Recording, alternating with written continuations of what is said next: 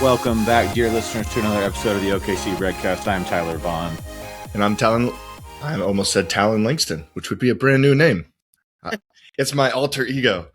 I'm Alan Langston, and we're here to bring you a once a month perspective on Manchester United, because we've only played a game a month in the last 2 months, something like that. And clearly we're out of practice because you're flubbing your lines off the bat, man. Right off the bat.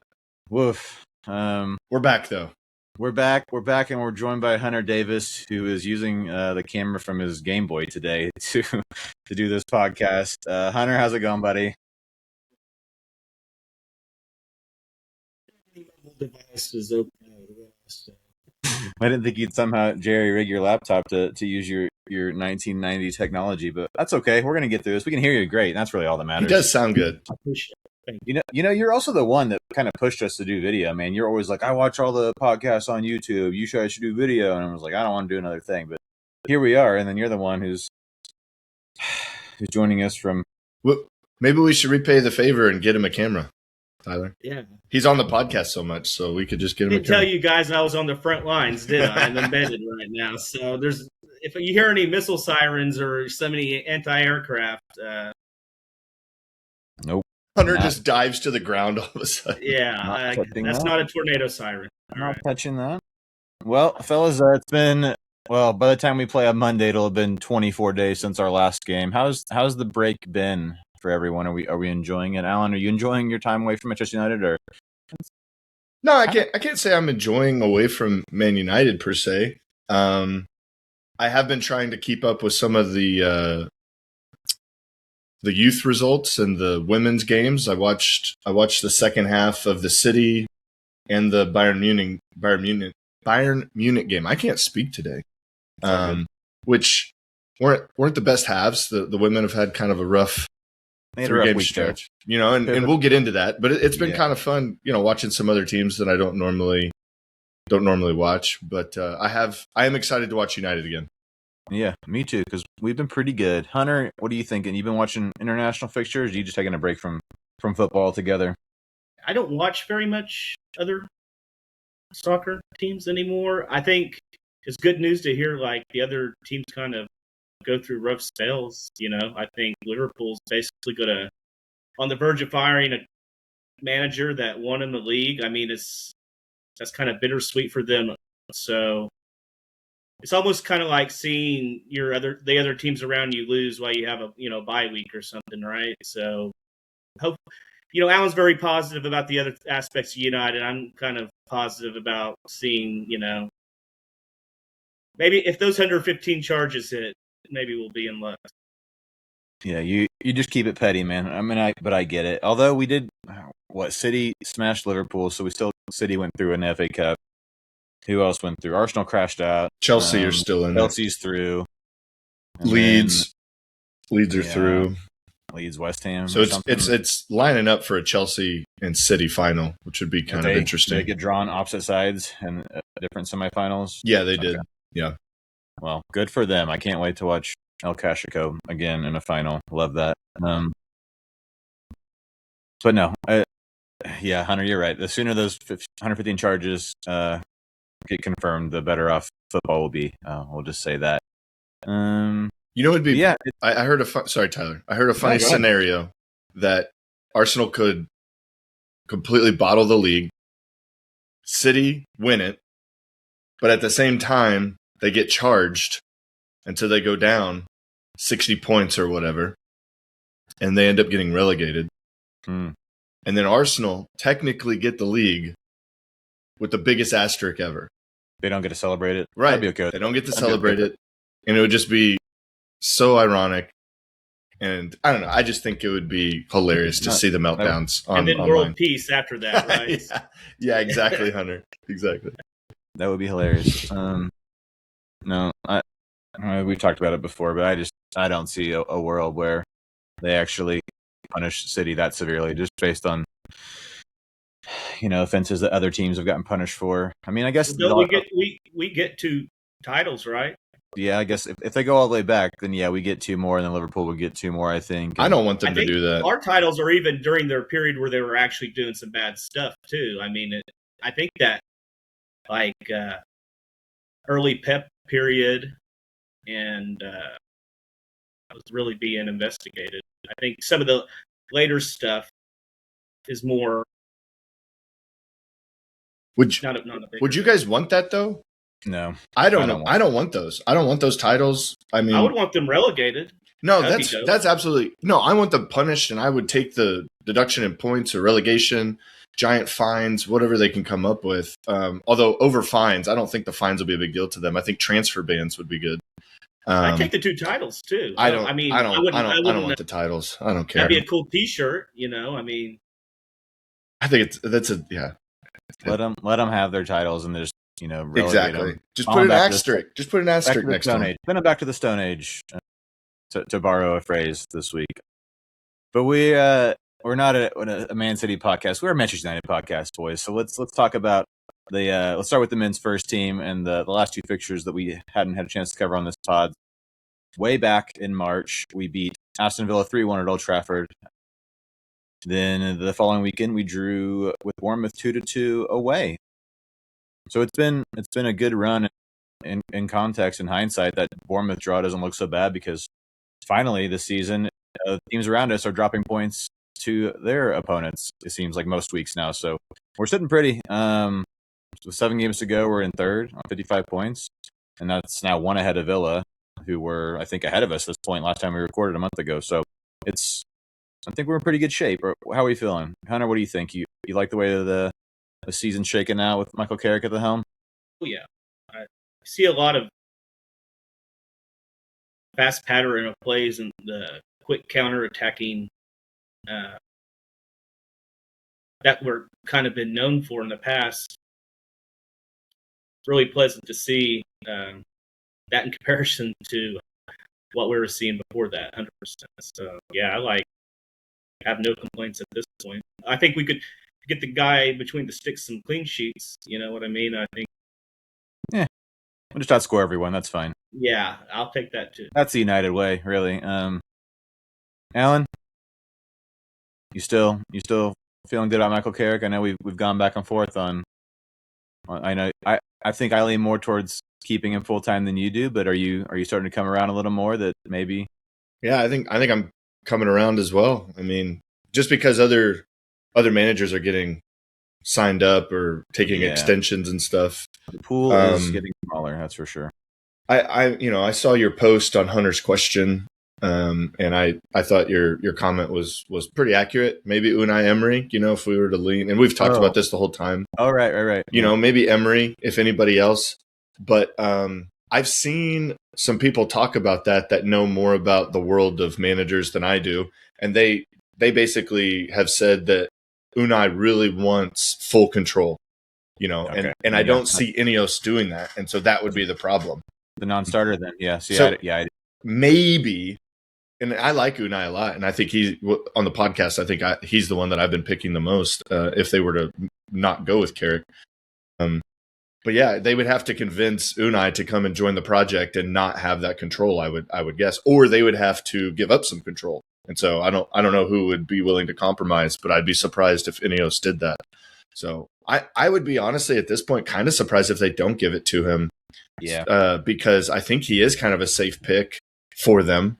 But at the same time, they've gotten the last 2 manager picks incorrect. So this is a really important pick for them. They got to get this one right. Yeah. I saw a tweet earlier, and I can't remember the source now. I think it was something legitimate saying that they've not even been discussing other candidates at this point, or at least not seriously reaching out to anybody. They're kind of just letting Carrick do his thing and seeing what happens. And the fact that Carrick's been talking about summer transfer targets, which he's probably always going to do that anyway, just to be optimistic. But I think that all bodes well for him. I mean, he's got him playing well. He's got Casemiro playing some of the best football of his career, or at least his best under United. Cunha's looking better. Šeško's finding his feet. Bruno is just, I mean, who would have thought playing him in his best position? He's one of the best players in the world. His numbers under Amram were almost similar in a deeper lying role. He wasn't getting the assists, as much because all of his assists were basically set plays. He's still getting those. But I saw a breakdown from the Adam Cleary YouTube channel, and he was like, if you look at the numbers under Amram and Carrick, the chances created, the through balls, all that stuff are almost similar. It is a little bit of an uptick under Carrick because he is closer to goal. But I just found that really impressive. In a deeper lying role, Bruno is still getting the same sort of statistics and results, regardless of where you put him in the team. Yeah, and delivering on set pieces. Although I think it was Statman Dave. I had it pulled up. Where'd it go? If you exclude set pieces from Bruno, but include them for everyone else in the league, he still has the most chances created, which is just phenomenal to think about. I mean, he does it, from dead balls, from open play. I think he's number 2 in all of Europe out of the top 5 leagues. I think there's only one guy ahead of him and chances created and stuff. So he's incredible. Yeah, and the fact that we're, I think, second in the league on set pieces behind Arsenal is night and day from where we've been for as long as I can remember. We've always been terrible at set pieces. Casemiro scored a great set piece goal against Villa. I guess. And then what was a really good Bruno assist to Cunha? I mean, that's a classic. That's an example of what I'm talking about. Yeah, just that quick transition, right through the gut. Yeah, just go at him and yeah. Bruno did it so casually too, and it was like the perfect pass, just casual, no big deal. I think if Bruno had more of a workman's attitude and didn't whinge around all the time, especially earlier on in his career, he'd be more highly regarded by the fan base as a whole. So if he played, I've always forgiven him for that because that's just the type of dude he is, and I've seen a lot of them that I like kind of do that. I'm just used to it at this point, But I think he's vastly underrated, and he'll be a big hole to fix. That's why I don't understand why his name is kind of shopped around there. I mean, every big player is, but yeah, how to replace that output that Alan's talking about. I mean, he is our assist and goal machine. I mean, he plays all the time. He's worth $100 million easily. You'd pay at least that to try and replace him, and you could never replace his output. I don't think anybody in the world is coming in right away and doing what he's doing with this team. And for as long as he's done with a mediocre at best squad he's worked with, he's phenomenal. And I'm hoping. I mean, we've talked a lot this season about how it sounds like maybe this is the end for Bruno because they did shop him a bit last summer. There were those talks, and Amram convinced him to stay and all that. But maybe just maybe he'll want to stay and see this thing out now that we've kind of figured some things out, hopefully, and we can challenge for proper titles next year. That's what I'm hoping, because I don't know how we replace him. I know everyone thinks that Cunha can play in the 10, but I don't think there's any. You're not going to surpass what he's doing with him. It would be so hard. Yeah, it'd be so hard to do right now, in my opinion. I mean, maybe there's a couple of guys, but still, for them, I don't think they're in the Prem. You'd have to go outside the Prem, and then they'd have to adjust.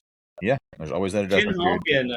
Ten Hag and Antrim both tried to play Mount over him in his position, and you saw the downgrade.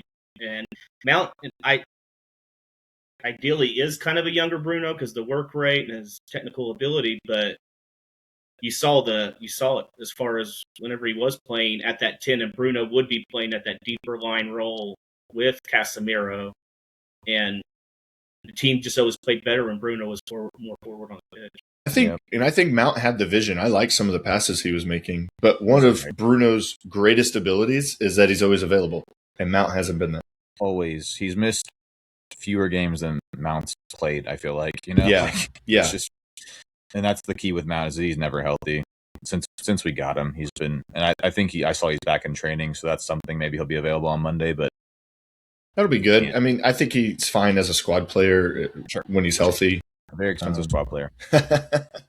You'll activate that year option for him for sure. So, Yeah. Surely he's got a year option. I'm sure. They probably all do. I was going to say, I really hope that Bruno stays potentially for 2 more seasons. I want to see him do some things in the Champions League. Like you said, Tyler, I'd love to see him in a title challenging team. I'm hoping that happens in the next 2 seasons. I'd like to see what version of Bruno we get when the real pressure's on for a huge title on the line, whether it's a run in the Champions League or a run at the Prem or both. I think it'd be fun to watch.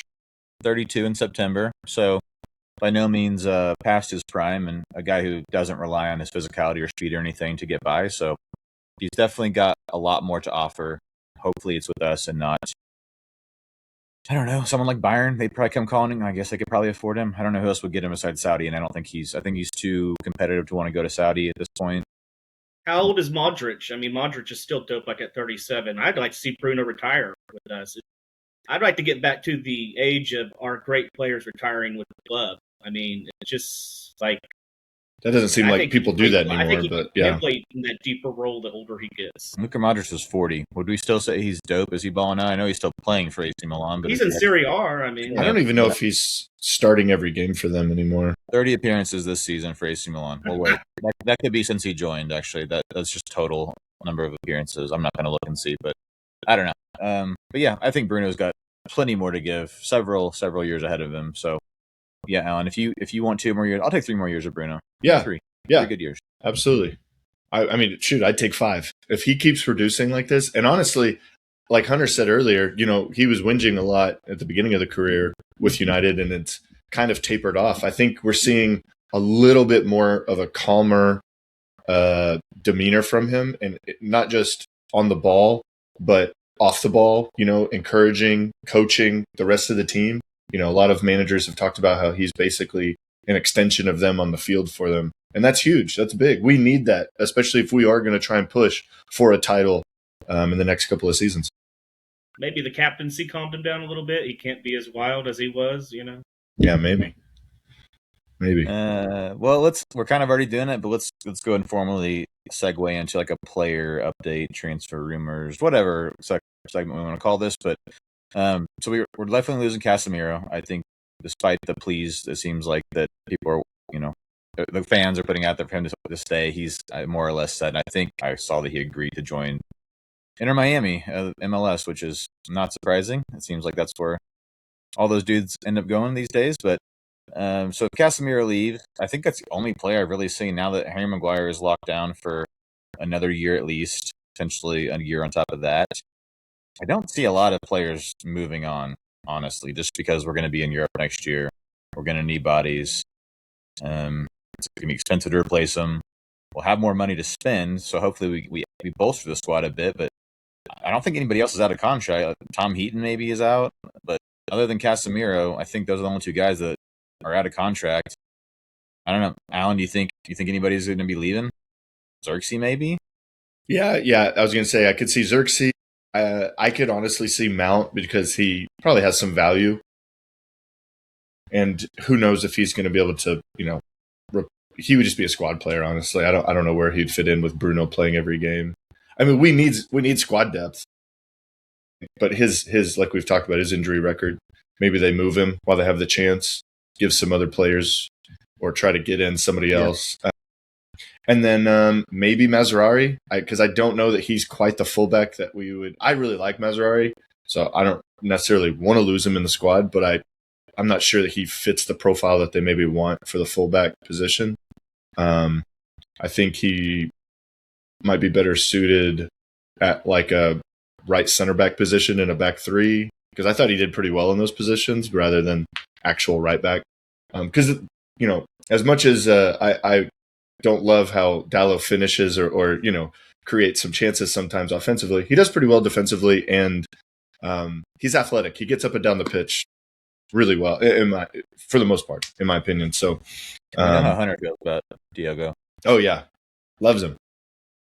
Loves Big the fullbacks. Loves the fullbacks. 3 kids every year. But that's the only players I can think of, unless you guys can think of somebody else. I think that's probably it. If I ever have a firstborn, his first name will be Diego Bruno Diogo. Davis. Yeah. According to some of the people. Triple D's. Triple D. Yeah. I don't know, Hunter. Anybody you'd ship out right now? I think it depends on the money. I think Noose will be shopped around because we got him for so cheap. I mean, if somebody comes in for $40 million and we signed him for like 16 or something like that, we'll see good net profit. I think he's good. He's a good utility player. I mean, Ten Hag got fired for playing him at a 10, but I mean, he didn't have a bad game. He was hustling that game. So he's a bit of a Swiss Army knife. He can play in a lot of places, but he doesn't really. I don't know if he excels in one spot in particular. But it's a good guy to have on the squad. And like you said, we didn't pay a lot for him. He's probably not on huge wages. I don't know off the top of my head what it is, but we're probably getting pretty good value for him. So I'm fine keeping him. But yeah, he might be one that they could shop and make a little extra on. But again, who are you going to replace him with? Because I don't know. There's no academy kids. I don't think they're coming through that play right fullback, and we're pretty thin at fullbacks as is. So I don't know. I'm kind of fine with the squad.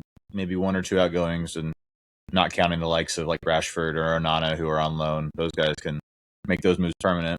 Ugarte might be going too. Yeah. And that'd probably be good. He probably needs to move on. I forgot about him. I just started thinking of it. Like, yeah, great, but I don't know. That's one they'll definitely get him on for sure. Get a decent offer for sure. I mean, him and Xerxes. Sorry, Aaron. Aaron's boy. I just don't. Every time they get a chance, it's. I say Ugarte's had more appearances where he impressed than Xerxes. Xerxes likes to play a 10. He doesn't like to challenge the line very much. He'd rather be the guy kind of orchestrating a 9. I'm just not sure his style suits the Premier League very well. I think he's a fine player and does some things really nice, but he gives you a consistent, 6 or 7 out of 10 whenever he comes on, and we'll do one or two things, his brief cameos. Ugarte, I think, is honestly just kind of hot garbage. Like I don't think he's done anything well this season. I know he's not playing a lot, but he just seems to turn the ball over constantly. I bet if you looked at his match ratings, he will be a 4 on average for all his appearances. So I don't know. I'm fine moving him on, but they'll definitely take a big loss to get him out of here. And he just runs around. I feel like just runs around. His passing range is not that special. He can't pass at all. Simple passes. But he gets himself out of position too. Like I'm just like, I don't know what this guy does. Not big. He's not really an enforcer. He's pretty good in the tackle. Does some nice things defensively, I guess. But there's definitely better options out there. Although we'll have to just spend a pretty penny to do it. I saw that Elliot Anderson is potentially up for sale, but Forest want north of $100 million for him. And I believe that's pounds. So I don't know. I didn't watch any of the international friendly with him and Mainu partnered in Fisher midfield. Did you guys get to catch any of that? I heard they were unimpressive, as were the whole team. Who at Mainu? Elliot Anderson. Okay. I watched some of the game against Uruguay that ended in a draw. Yeah. Yeah, nothing really stood out. I didn't think either were that bad. But yeah, nothing really stood out. I didn't watch them versus Japan, but some of the United channels I follow that really, are big into England, I guess. They said that they thought the pairing was okay. Nothing super special. But all of it. Sorry, Hunter. I think all of Anderson's qualities. I think he is probably the best midfielder to go get. Premier League proven. So I think we should challenge for him, see if we could get him. And if not, I think Tonali or Guimaraes from Newcastle would be fine, backups. But I think Elliott's the guy to go for, personally. Hunter, you were saying? I think we're kind of seeing how important Casemiro's been. I think we kind of looked at him as a kind of a panic signing whenever we were chasing the guy from Barcelona. De Jong. And De Jong, and he's probably had his best season almost this season. It's kind of scary. Like, is this guy a 6? Because that's going to have to be addressed immediately. As far as it helps that he only has to play, once every 2 to 3 weeks right now. That definitely has helped Casemiro. That he's not having to play every 3 or 4 days like previous seasons. But he's been immense, and he'll be tough to replace. I do agree, Alan. I think that Elliot Anderson is probably the most like for like in terms of just at least being a physical presence and can do some of those defensive things while also being able to do some nice things going forward as well. I don't know about Baleba anymore. I think all of us were excited about that prospect 9 months ago, and he's had a terrible season, so that doesn't help any. Tonali and Bruno Guimaraes, I don't know. Like, they're going to be really expensive, so I think Elliot Anderson's he's definitely younger than Tonali. I don't know about Bruno, but I think they might. I think they might go for Baleba, but it'd be more like a Dorgu. Like he's got the physicality they want and kind of the profile of player they want, and they would just try to develop him.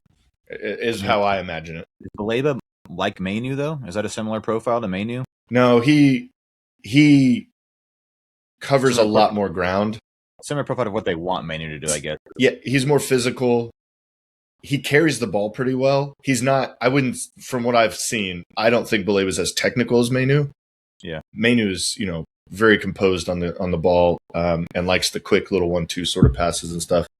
But is Baleba an 8? Would you say he's an 8, like box to box? Yeah, that's kind of where they have Mainu at, or they're trying to shoehorn him in as an 8, and I think England's doing the same thing. Have you noticed though? In my opinion, they're leaving Mainu back more, and Casemiro's going forward a lot because of his aerial ability. Yeah, that's true. Yeah, but Casemiro breaks up the play more than Mainu does when he's able to get back. Well, that's what he's known for. I mean, that was his bread and butter at Madrid. I mean, he was a disruptor. Yeah, I think Casemiro's just doing whatever he wants right now. It's his farewell tour, and he's like, no one's gonna hold me back. I'm gonna do whatever I want right now. He's turned it as 2 weeks' notice. Yeah, I'm gone, and he's doing great. Maybe you should have been doing this the whole time, just free reign. No, it'll be tough to replace. They'll have to get somebody, probably two central midfielders, as we continue to try and rebuild our central midfield for the 20th season in a row. But there's some good options. They're just going to spend some money, so hopefully they don't get too cheap. I guess one big name, or one of these highly touted targets would be good, and then maybe they find someone else who's maybe of lesser stature. Incorporate some of the academy kids. I don't know. I guess we'll see, because those guys aren't getting much of a look. At least the midfielders haven't been lately. But also not a lot of opportunity. There's a kid, I want to say in La Liga, that people are saying could be, he's like 19 or something. They're saying there's a chance he could be like the next. Everybody loves to compare, so of course he's not going to be the exact same. Plays for Barcelona. No, he's going to be potentially like the next Rodri. Like they view him as just he's just got good physique. He's going to break up play, good passing range. I can't remember if he's playing for Sevilla or who he's playing for, but so we could see, if they don't end up doing Baleba, but they do get like a Tonali or an Anderson, then you could see us, maybe go for someone like that that's more of a project and young, and we could just play in the FA Cup and the League Cup and not the bigger games. But here's the thing: next season, there's going to be more than, like, we're only going to play 40 games this season. There's going to be close to probably 60 to 65, depending on how well we do in the cup competition. So we need to build out the squad. Yep, agreed, 100%. I was going to ask Hunter, do you see certain areas of focus that they need to go into the transfer market and focus on? And do you have players? Because I think they need to focus on some fullbacks as well. Do you have some players in mind or some areas that you want them to focus on? I think it's Ralph Ragnick, or open heart surgery. I think we've never really addressed that. I think this has been the best transfer window for sure. The 3 players they brought in, I'm impressed with all of them. We didn't talk about that Sesko goal. I mean, like, that was a dog goal, man. As far as brilliant number 9, like just kind of poacher's instinctual finish. A lot of guys Hoyland would have been hanging out near the post, been offside, never tracked back. You know what I mean? Like, but Šeško to have the wherewithal to just kind of think, I better track back and see what happens here, and just scooped it up. Fortunate finish. I think it deflected, right? That was a deflection goal, but either way, still, I mean, he did the work to get in that position, and he hopped over 2 defenders. It was impressive. Yeah. But as far as addressing it, it's a World Cup year. Do we still do that thing where there's a hot player and we buy those, or is that a thing of outdated past? Hopefully not. Hopefully not. We don't want a Kleberson or a Rojo again. Jimba.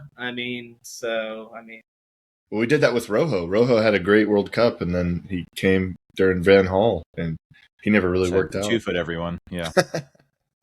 I liked his aggressive nature, though. I did like that. Yeah, he was exciting. Him and Bailly. Cool. Can you believe we had him and Bailly at the back at points? It was wild. Oh, and Phil Jones. Most reckless pairing you could imagine. Hey, when they were on, though, you couldn't get by them. Those guys were warriors. Agreed. And touched on it briefly before, but speaking of warriors, Harry Maguire is on a new, supposedly reduced contract for another year. And just incredible, his redemption arc from being a very expensive center back signing, kind of performing okay, then getting the captaincy and being pretty awful and kind of being the blunt of a lot of our jokes and a scapegoat for a lot of poor performances. And I mean, he had a lot of blunders, but the work he's put in since getting stripped of the captaincy over the past 2.5 seasons, 3 seasons, whatever it has been, is just incredible. I don't know, Hunter, what do you rate him on a scale 1 to 10, Harry Maguire, in his time at United so far? Ooh, 1 to 10. That's a tough question because there's like the 3 arcs of Harry Maguire. You know, there's like he came in, he was undroppable. I remember going into Villarreal. Him and Iceman, I mean, they were unstoppable at a level. You know, they weren't like Baresi and Maldini. Europa League level, sure. Yeah, 100 unstoppable in that Europa League. And then he got injured before the final, and it's like, oh my gosh, like, are we gonna still be back in time? And then he got the captaincy, and like you said, took a lot of guff from a lot of people. Then he lost the captaincy and kind of came back and showed a lot of character. And I think he really earned the 2-year extension or 1-year extension, 1+1. And I think he'll get the second year just because he's such a good character in the dressing room. He's not quite Vidic Rio level. He's not Yap Stam. But I think I put him down there with a Steve Bruce kind of Gary Pallister, you know, above Wes Brown. I think he's probably a little bit above Wes Brown there. That's high praise. That's incredibly high praise. Yeah. I mean, you're talking about Wes Brown, who won the championship twice, won the treble. He won the Champions League at right back. Yeah. And he got an assist.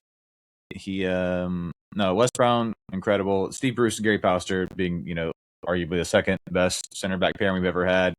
Part of what Fergie claims is, you know, his second best team, or even maybe third best, depending on how you rank it. Teams of all time with the double winning team in '94.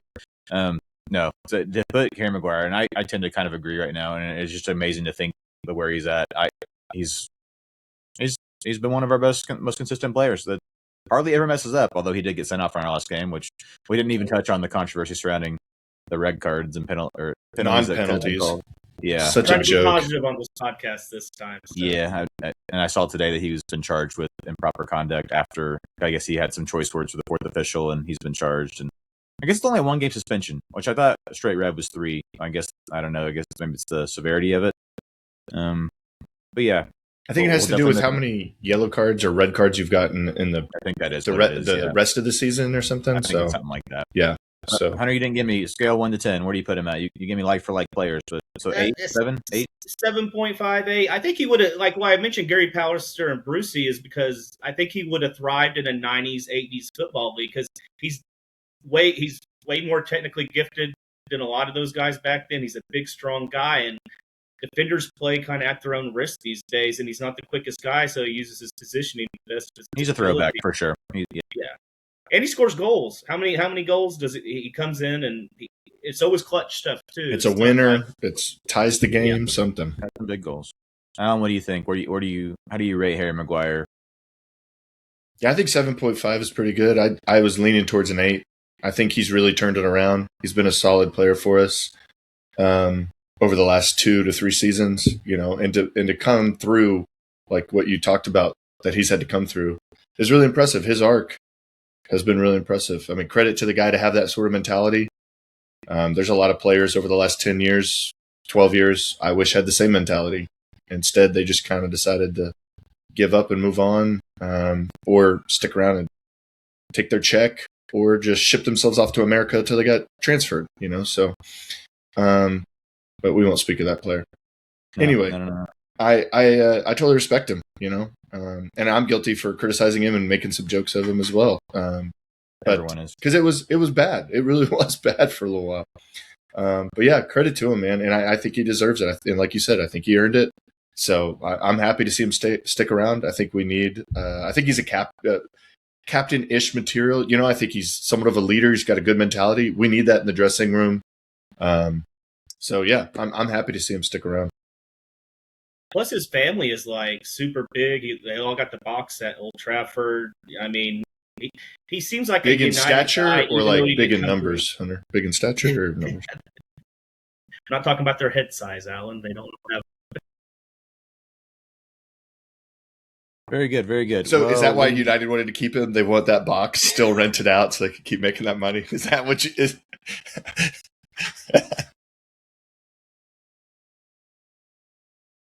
Well, a note got added to our rundown here about Paul Scholes' latest comments, I guess between he and Nicky Butt on their podcast about keep or sell current United players. So let's wrap up the this player transfer segment with talking of that. So Hunter, you want to touch on that since Paul Scholes is your end all be all, your number one? He is. He is my end all be all. And in my opinion about this, the subject of ex players is vastly has changed so much over this last year. I was a big proponent of, they can say what they want to say and stuff, but these younger players really do care what they say. I mean, I think they come from a time where they weren't getting instant feedback about everything they did and had an actual, they could go to their house. I know the papers in England at that time were crazy too, but I think he basically went down the list and was selling a lot of players as far as trying to get rid of a lot of the first team. Whereas you look at our opinion, where we kind of look at next season and say, well, how do we replace the guys that we get rid of? We should be adding to the equation and not subtracting from the equation. But I didn't see the segment. Well, who was he, for example, listing as, should be sold? Dorgu. I mean, Dorgu out the door, like he doesn't know what position he plays. We don't play a wing back anymore. He really wasn't a wing back in the first place. He would sell Noose. They both agreed to keep Lemans. I think we all keep Lemans. I think that's a shout. I think they did say Mount and Xerxes and stuff like that as well, which we kind of agree on. I think that's just a matter if we can get the right prices for those guys, because I think some of their value has diminished over the. Did you say he mentioned Euro in that list? Yes. Euro was a young center back, and that's almost his words verbatim, which was.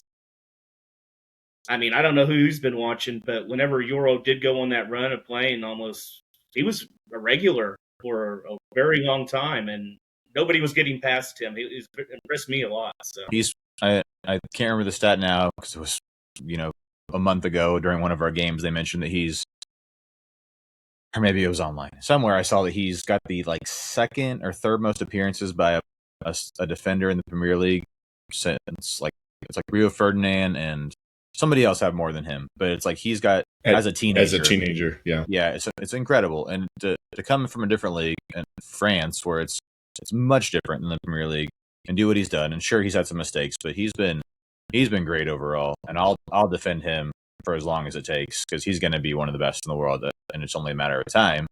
I just hope we see that it's with us. It's not he gets sold to Real Madrid in a few years. So yeah, he's got the tools. And from what we've seen from Dorgu's got some tools as well to be a really good player, whether he's a left winger or a left back. I think he could be a really good player for the team. And a physical specimen. When he's on, there's no one that can touch him. I wonder if Paul Scholes, does he even watch the games? Is he okay? What's going on? Seriously. He's going through a divorce, or he is divorced now, and I think he does have his his autistic son half time, but he loves all that stuff. I just think he just sees what we've seen over the last 10 years. But to me, I've seen an improvement under Carrick.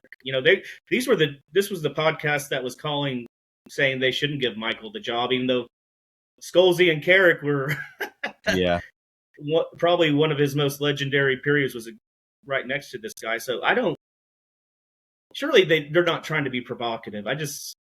You never know. It seems genuine to me. Like they seem like this is their genuine opinion, and everybody's entitled to an opinion, but doesn't mean you're right. You could be way wrong. And I feel like they've gotten a lot wrong. It seems like it. They get a lot of shtick for some of the opinions that they have, which, like you said, and it's fine. And they obviously have a ton of experience and know a lot more than us. But it seems like they go against a lot of what equally as experienced people tend to think as well. So, we'll just remember them for the good playing days and take what they say, with a grain of salt and move on. But let's actually move on to some other happenings with the state of the club. So I was going to run through the academy real quick. The U21s, I don't know if anybody caught it yesterday, but they played Real Madrid in what's called the Premier League International Cup, which is kind of like I don't even know. It's got Premier League two teams and then like a select group of invites from other countries around the world. But they got knocked out by Real Madrid 4-2 in extra time. It was a really good game, and we should have won that thing. It was at Old Trafford, and we're the better team for most of what I saw, and then kind of gifted them a couple of goals. But Jack Morehouse scored a screamer to put us up early. Shea Lacey's looks to be back from injury, which we caught a glimpse of him in the first team, and he scored one from the spot. But they are second in the Premier League 2 and actually level on points with Chelsea with, I think, their final game coming up this weekend. So maybe they can, kind of get in there and pip them to the title. But the 21s look good, and the 18s we know are pretty great. And they're second in the Premier League North. And they're actually level on points with City, who's in first and behind all goal differential as well. So they still have quite a few games left. And with both those teams, I think you can still catch all of the games on MUTV. So have you guys been watching any of the Academy? And Hunter, I know you have MUTV, don't you? Or you did have MUTV? It expired, but there's a lot of their highlights on YouTube and stuff. Is Fletcher the coach of 21s, or is he 18s? Is he the 18s again? I should know this. Because I know they transitioned him to something. He's different. still the 18s. He's the head coach right now. Yeah. I have MUTV. It's only like $9 or $10 a year. Nothing. Yeah. Yeah. So, but I usually just watch their highlights or catch something. I don't sit and watch them as much. They're good, and it's just good to see the academy kind of be somewhat dominant again. I feel like we went through a bit of a lull there where we had a few players coming through here and there, but they weren't what they were under the glory days. So the fact that we're rebuilding the academy, it seems like, if you even call the U21s the academy, I don't even know. But the reserves are seem to be stronger, and hopefully we can have some guys come through. Guys like JJ Gabriel, Shea Lacey that we've talked about a bunch, the Fletcher twins, and nepotism there. Yeah, hopefully these guys come good, and either we are able to move them on and make a little profit and do the Chelsea thing, or bleed them into the first team squad and get some good performances out of them. But it's just it's good to see. I'm happy, and hopefully next time I go back over, if they'll let us into Carrington, we can catch an academy game. But the women we talk about every episode, and they had a massive run of fixtures last week and a half. Over the course of 7 days, they had Champions League quarterfinals for the first time in their history against Bayern Munich. Lost the first leg 3-2, and then lost the second one 2-1, giving up 2 late goals when they were set for extra time. So that hurt. And in between there, they got smashed by Man City at Old Trafford 3-0, which was Alan, you mentioned earlier that you watched some of that game. They got bossed, and I think they conceded a goal pretty early. And I think all these games, or at least one of the Bayern games, they conceded early. But they're on the outside looking in of the Champions League places with just 3 games left to go or something. So I think we've talked about Mark Skinner before, their head coach. I kind of think he's on the hot seat. He might be on his way out because he's just not really been able to win the big one. He's lost to Chelsea like every time he's played them. They lost in the League Cup final a few weeks back. They've had some rough. They've had some rough weeks, unfortunately, with some rough fixtures. I think they play Chelsea in the league again too in the final 3 games. They have to play them one more time. Yeah, so they don't have the easiest run in at the end to try and get Champions League again. It's been impressive what he's been able to do, though, when you consider like who he's working with, because we don't. The Glazers are not giving them the same budget that City and the Chelsea group is. So they're doing pretty well, kind of punching above their weight, if you will, which has been impressive. But yeah, I think a lot of people are still kind of. I think from what I've heard, because I don't watch every game, but Skinner, I guess, likes to be a little bit more conservative, sit back and counter a bit more, and I think people are a little frustrated with that sort of play style.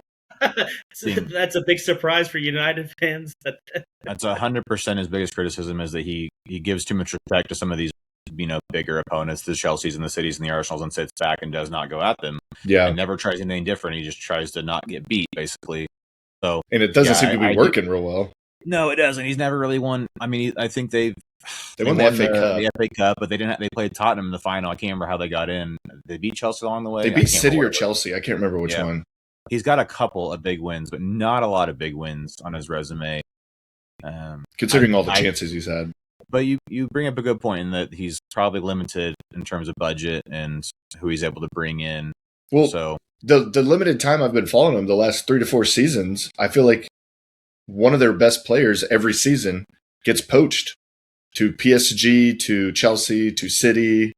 Like Reece James's sister was a United player. Clinton, who went to City, United player. PSG's goalkeeper, United player. Just the 3 I could think off the top of my head.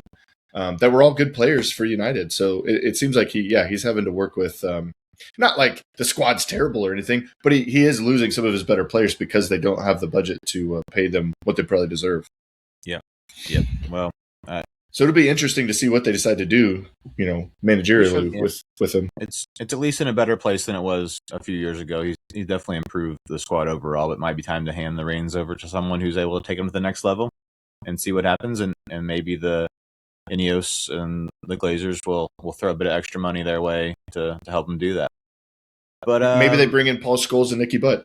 Yeah, I'm sure they would be the best women's team coaches ever. I was going to say, what's Phil Neville doing? Is he still in MLS, or did they fire him from? I think he's still at Portland. Yeah, I think he's still at Portland. Yeah, but Portland hasn't been doing real well, so I don't know if he'll stay there. There you go. He was the England national coach before. He was briefly, right? Yeah, he had a brief stint with England. I don't think it went great for him. No, but I thought he was well remembered. I didn't think. Oh, really? I don't remember real well. But yeah, no. I just assume Neville in managing doesn't go well. That's just what I assume. That's his brother, man. Well, former players. We've had a rough go of former players being good managers. That's okay. All we care about is them being good players, and that's enough for me.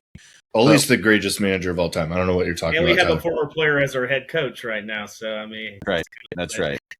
So we want him to be good at managing. Okay. I've had this item on the rundown for months, I feel like, since they announced this, and we just never get a chance to talk about it, or we forget, or whatever happens. But it was announced way back that United is exploring or has done a deal with Lionsgate to create a television show based on the history of the club, similar to The Crown. Hunter, I know you're a big fan of The Crown, so I wanted to hear from you first on this. Would you watch this show, and are you excited about it? The Crown. Okay. How'd you know? You're an Anglophile. You're a huge. I didn't know that, but I know you're an Anglophile, so you had to be into The Crown. I think the only issue with doing soccer shows, and I'm a big fan, as you are, Tyler, of Dream Team, the greatest soccer show of all time. Yeah. Guilty pleasure. You can watch it for free now on YouTube. Just type in Dream Team UK series. I get no money out of that, but I think it's the depiction of football on the pitch that kind of derails it for me, because do you remember like the Nuno Becker movies and everything, and they'd actually let him on the field? And that's every. I think it has to be the story outside the club, and if you're talking about drama, if they're going to cover the Munich disaster and all that stuff, I'll be in tears if they get it right. There'll be some periods they will definitely cover. The Munich, the Busby Babes and the rebuild will definitely be a season. I imagine the rough bits in the 70s and the relegation in the cups, Fergie coming on. I don't know. I guess The Crown is like the rightest different periods of the royal family. Is that so I think it'd probably be the success of the first season, then they'd probably bring that, getting in the 68 or whenever, or all that stuff. It'd be great. There's a lot of stories to tell, for sure. I agree, though. With most sports things, the actual sport does not portray well on screen. So people that don't mind or don't know the sport don't really care. So like when I watch other sports things that I don't know that much about, I don't notice the little things that other people do. So I guess it'll just be, but we'll see. I mean, there's been a few, most soccer things are pretty bad, actually. You're right about that. Victory with Sylvester Stallone. Him aside, it's cast full of, superstar players at the time. So that was solid, but I doubt they're going to be casting, quality soccer players to. I think UK always has great actors, but maybe if they could do something like, I don't know if you guys are Band of Brothers fans or if there's any Band of Brothers fans out there, but how they would pop in the guys at the beginning, the surviving members of Easy Company. And I wish Bobby was still around and some of these older guys, but I know there's some still out there like Alex Stepney and some of these guys that were around for sure. And Ferguson, White. I mean, if you get Ferguson to do something kind of with this and try to include some of those older guys, you should have Ferguson play himself. Oh wow! De-age him. Yep. Just use AI as super. I'm trying to figure it. They'll get somebody. No, yeah, Alan, what do you think? Are you excited about this? Yeah, sure. Well, it's definitely it's revenue for the club, right? They'll get some sort of cut of this. They're whatever they signed on to do. That the club will get money for it. Which I saw people, and I thought was silly. People were mad that this is like distracting from the football team. It's not about the play on the field. It's about marketing and things. But it's just like it's not gonna affect the team at all. It's just they're gonna use the club's name and likeness and story to. It's not gonna hurt anything. So I'm all for it. I think I'm excited for it. But yeah, Hunter, you bring up a really good point that the soccer will probably be terrible. So maybe they'll just minimize that, or show old clips or something. Or show old clips of the actual game or something like that.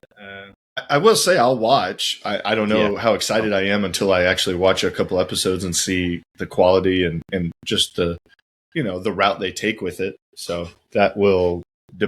So I'm holding my excitement until I actually get to see some episodes. And anybody that's clutching their pearls about marketing, we're the biggest brand in the world almost as far as a sports team and biggest consumer club as far as people who consume Manchester United product on a day-to-day basis. So a TV show, I mean, that's kind of just the tip of the iceberg thing to me. I don't think it's as long as they're good to the history and really promote the history. It is a history that I think even a neutral should know because it's probably one of the greatest comebacks, especially that one period of time. And then how bad we were in this. If we ever get back to being good, that'll be worth a movie itself. We have a lot of good stories. United is a very dramatic club for sure, and I think that's why people gravitate towards United because some of the stories are just so enthralling.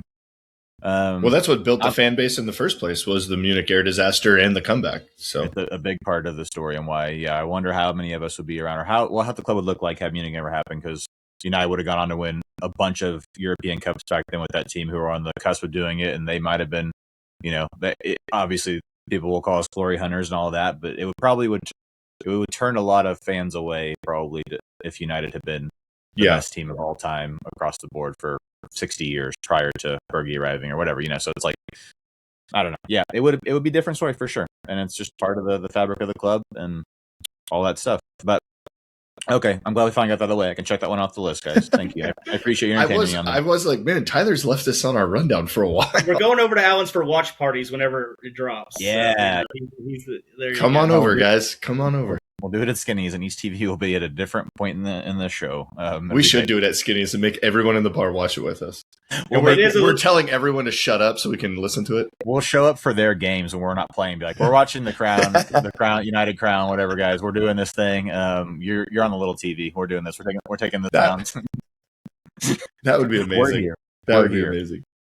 All right. Well, back to the real world. We are back in action on Monday against Leeds, the Leeds scum. It's a 2 p.m. kickoff Monday, April 13th. I don't like coming back from a long break in a rivalry to a big rivalry game, but Leeds are pretty bad, right? I was looking at their form. Yeah, winless in their last 5, including 2 losses, 3 draws, knocked out of the FA Cup. They're currently in 15th, 4 above the drop. So they're actually, still in survival mode. All things considered. They're still in the FA Cup. Did you say knocked out? Oh, that's right. They beat West Ham. Excuse me. Yeah, they played Chelsea, so not for long. But they did give up 2 late goals, like in extra time against West Ham. Is that what happened there? Yeah, it was kind of a fun match to watch. Okay, well, but yeah, they're not great. So that result decided. So against West Ham, who are worse than them. So yeah, I don't count that. The other 5 games prior to that, they've been bad. So I don't know. What are we thinking? Are we nervous about this one at all? Rivalry games always kind of, especially Leeds. Although I think we haven't lost to them in a long time, right? It's been many years since that FA Cup upset 10 years ago or whatever. I don't know. Don't say that. We've broken a lot of We do it all the time, lately or the past few years. Every week was a different record being broken. Well, they were in Dublin for a while at a training camp, right? So hopefully that they didn't go out on the town too much. The team got away and did a little training camp in Dublin, which Carrick spoke about a bit and mentioned some of the guys are back in training. So Mason Mount's back. Dallow and Heaton didn't go because they were sick. Dorgu is back and traveled. Shushko and Mbumo traveled, even though they pulled out of their international duty with little knocks. Martinez is back and available for select. Yeah, Leach train. I think we need Leach. Maguire, we know, is out with suspension, and then DeLitt, MIA with that back injury, did not travel. Probably just shut him down. But it's a strong squad, so that bodes well for us. Everyone, that's been playing, other than our center back pairing, might be a little. I mean, it could be very, very well be that Aiden Heaven and Lenny Yoro is our center back pairing on Monday, which I think that'd get it done. I like Heaven. Yeah, no, they're great. I think he's always took his opportunities well. I have to imagine they're as good as anything that Leeds could throw at us.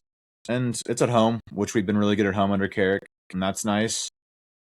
I think if they come and try to play us, we'll probably carve them apart. But yeah, if they sit back, then it could be more difficult. Yeah. What do you think is gonna? What you have a prediction, Hunter? I think we still, we've been scoring goals. I can see we always score goals against Leeds too. I mean, it's always kind of. Bruno got a hat trick against them a few years ago. Yeah, I mean, they definitely should be able to play 90 minutes. Whoever starts, for sure. We drew with them in January, by the way. Our 1-1, yeah. Fixture, 1-1 with Brandon Harrison scoring. That's right, and then Cunha immediately equalizing off of Xerxes. That's right. Good memory, man. I just remember because Xerxes actually made an appearance and he made a nice pass almost right off the bat. It was maybe like his third touch of the game, and Cunha slid it past the keeper while falling over. I don't remember what happened, but somehow he was like falling over and slid it past him. All right, we should keep him. I think I could see us getting another 3-1 like we did against Villa. A quick Google. I think he probably keeps the same team, too. He doesn't change very much. I don't think it will matter that we haven't played in 3 weeks. I think he'll start the guys that... A quick Google search tells me that we've, all time, I don't know if this can be right, won 50 times against Leeds, lost 26, and drawn 33. I don't know if that's league or all competitions. Premier League, we've got the edge on wins, 17-4. Our last meeting was the 1-1 draw we just referenced. I bet that's all time. We tend to get the better of them more often than not. Outside of that, what was it? It was like 15 years ago, that FA Cup when they were in League One, I think. They beat us at Old Trafford. Yeah, that sounds right. 2010-ish. This strong United squad should do the business. I'm going to say 3-0. Clean sheet. 3-0 to the real United. I hope Leach plays. I don't mind seeing Heaven and Euro as a partnership. I think they could do the job, but I think we've missed Leach's passing through the lines, especially if they sit back. If they come at us, then I don't know that it's going to matter as much. But if they sit back, I think we'll need Leach to spot on. Yeah, he's incredible at breaking the lines and finding those gaps through the midfield. Next week we got a big game too. What's that? Chelsea, you mean? Away to Chelsea. Because we're both kind of battling for the Champions League spots. And I think with Arsenal's win, it is for sure 5 spots get to the Champions League. So that is correct. I did see that confirmed somewhere. We are currently, though, we're like 5 above 7 points above Chelsea right 7? now. Okay. Wow. That's pretty good, if you ask me. How can you not give them the job? I mean, this is probably the worst season as far as that I've felt in a long time. I mean, for half a year. It's been good for a few months, though, now. It's been really good, and we're just going to enjoy that, and long may it continue. But, yeah, you're right, Alan. We go away to Chelsea. Then we go another Monday game against Brentford. They love Monday games for us, my word. Then Liverpool. which our man Josh Yeager will be at that game, so we'll have to maybe get him on to discuss. Sunderland away, Forest at home, and then we finish the season away to Brighton. So a lot of winnable fixtures. Some tricky away fixtures, I suppose. Yes, Sunderland will be tricky. Sunderland Stadium, like they're solid. Yeah, that'll be a tough one. But no, I think 7-point lead with 6 to go, or 7 to go, including the Leeds game. How many weekend games do we have left before the last game of the season? 1, 2, 3, 4. It's 5. It's really just this Monday and then the following Monday. So that's the last 2. I guess they haven't confirmed the Forest game that's currently slated for the week of May 16th, 17th. But everything else has been confirmed. So I'll probably move that to Friday or something. Yeah, I hope we can at least get a draw at Chelsea. I'll take that. I think that'd be good. And I'd be fine. I mean, they haven't been in very good form, Chelsea. So, I mean, we might be able to pull out the win. But I'd be fine if we played a little bit more conservative. Because at this point, we have a decent lead on Liverpool and Chelsea.